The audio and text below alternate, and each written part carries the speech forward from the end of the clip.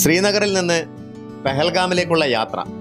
കുറേ ദൂരം ചെന്നാൽ റോഡിന് വശത്ത് നിറയെ ക്രിക്കറ്റ് ബാറ്റ് നിർമ്മിക്കുന്ന ഫാക്ടറികളാണ്. ബാറ്റ് നിർമ്മാണം കാശ്മീരിൽ കേന്ദ്രീകരിച്ചിരിക്കുന്നതിന് ഒരു പ്രത്യേക കാരണമുണ്ട്.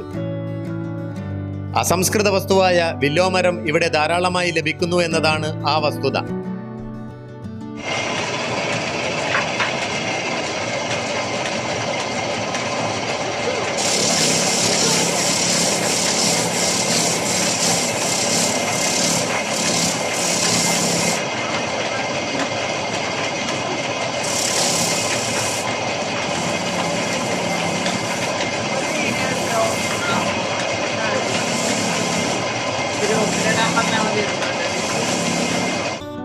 നിശ്ചിത നീളത്തിലുള്ള കഷണങ്ങളാക്കി മാറ്റുന്നതാണ് ആദ്യത്തെ പടി.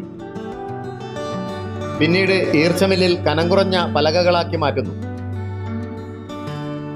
ഇത് ഉണങ്ങാൻ വേണ്ടി കുറച്ചു കാലം സൂക്ഷിച്ചു വെക്കും.